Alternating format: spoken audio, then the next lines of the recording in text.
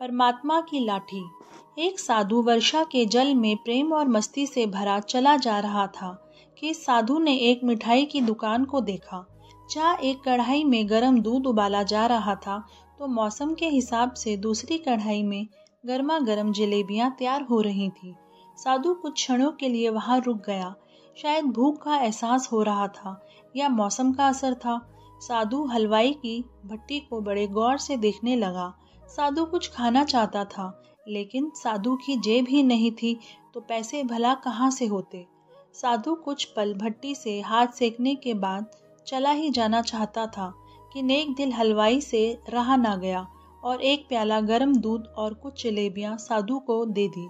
मलंग ने गर्म जलेबियां गर्म दूध के साथ खाई और फिर हाथों को ऊपर की ओर उठाकर हलवाई के लिए प्रार्थना की, फिर आगे चल दिया। साधु बाबा का पेट भर चुका था। दुनिया के दुखों से बेपरवाह वह फिर एक नए जोश से बारिश के गंदले पानी के छींटे उड़ाता चला जा रहा था।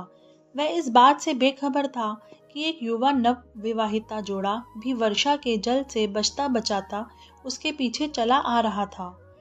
एक बार इस मस्त साधु ने बारिश के गंदले पानी में फिर से जोर से लात मारी। बारिश का पानी उड़ता हुआ सीधा पीछे आने वाली युवती के कपड़ों को भिगो गया। उस औरत के कीमती कपड़े कीचड़ से लथपथ हो गए। उसके युवा पति से यह बात बर्दाश्त नहीं हुई, इसलिए वह आस्तीन चढ़ाकर आगे बढ़ा और साधु के कपड़ों से पकड़कर कहने लगा, अंधा है, तुमको नजर नहीं आता? तेरी हरकत की वजह से मेरी पत्नी के कपड़े गीले हो गए हैं और कीचड़ से भर गए हैं। साधु हक्का बक्का सा खड़ा था, जबकि इस युवा को साधु का चुप रहना नाखुशगवार गुजर रहा था। महिला ने आगे बढ़कर युवा के हाथों से साधु को छुड़ाना भी चाहा, लेकिन युवा की आंखों से निकलती नफरत की चिंगारी देख वह भी पीछे खिसकने पर मजबूर हो गई। राह चलते राहगीर भी उदासीनता से यह सब दृश्य देख रहे थे, लेकिन युवा के गुस्से को देखकर किसी में इतनी हिम्मत नहीं हुई कि उसे रोक पाते और आखिर जवानी के नशे में चूर इस युवक ने एक जोरदार थप्पड़ साधु के चेहरे पर जड़ दिया।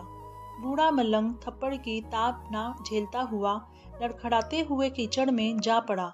युवक ने जब साधु को नीचे गिरते देखा तो मुस्कुराते हुए वहां से चल दिया। बूढ़े साधु ने आकाश की ओर देखा और उसके होठों से निकला, वहां मेरे भगवान, कभी गरम दूध जलेबियां और कभी गरम थप्पड़, लेकिन जो तू चाहे मुझे भी वही पसंद है। यह कहता हुआ वह एक बार फिर अपने रास्ते पर चल दिया। दूसरी ओर वह युवा जोड़ा अपनी मस्ती को समर्पित अपनी मंजिल की ओर अग्रसर हो गए। थोड़ी ही दूर चलने के बाद वह एक मकान के सामने पहुंचकर रुक गया। वह अपने घर पहुंच गए थे। वो युवा अपनी जेब से चाबी निकालकर अपनी पत्नी से हंसी मजाक करते हुए ऊपर घर की सीढ़ियां तय कर रहा था। बारिश के कारण सीढ़ियों पर फिसलन हो गई थी। अचानक युवा का पैर फिसल गया और वह सीढ़ियों से नीचे गिरने लगा।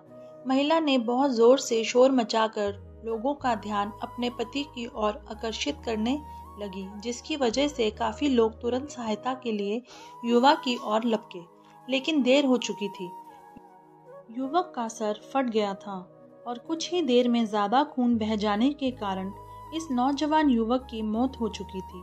कुछ लोगों ने दूर से आते साधु बाबा को देखा तो आपस में कानाफूसी होने लगी कि निश्चित रूप से इस साधु बाबा ने थप्पड़ खाकर युवा को श्राप दिया है, अन्यथा ऐसे नौजवान युवक का केवल सीढ़ियों से गिरकर मर जाना बड़े अचंभे की बात लगती है।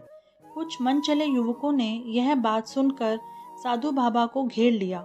एक युवा कहने लगा कि आप कैसे भगवान के भक्त हैं, जो केवल एक थप्पड़ के कारण युवा को श्राप दे बैठे।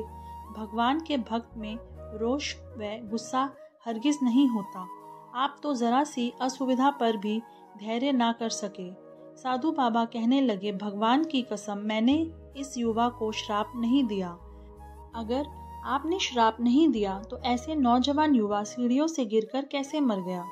तब साधु बाबा ने दर्शकों से एक अनोखा सवाल किया कि आप में से कोई इस सब घटना का चश्मदीद गवाह मौजूद है? एक युवक ने आगे बढ़कर कहा, हाँ, मैं इस घटना का चश्मदीद गवाह हूँ। साधु ने अगला सवाल किया, मेरे कदमों से जो कीचड़ उछला था, क्या उसने युवा के कपड़े को दागी किया था? युवा बोला नहीं, लेकिन महिला के कपड़े जरूर खराब हुए थे। मलंग ने युवा की बाहों को थामते हुए पूछा, फिर युवक ने मुझे क्यों मारा?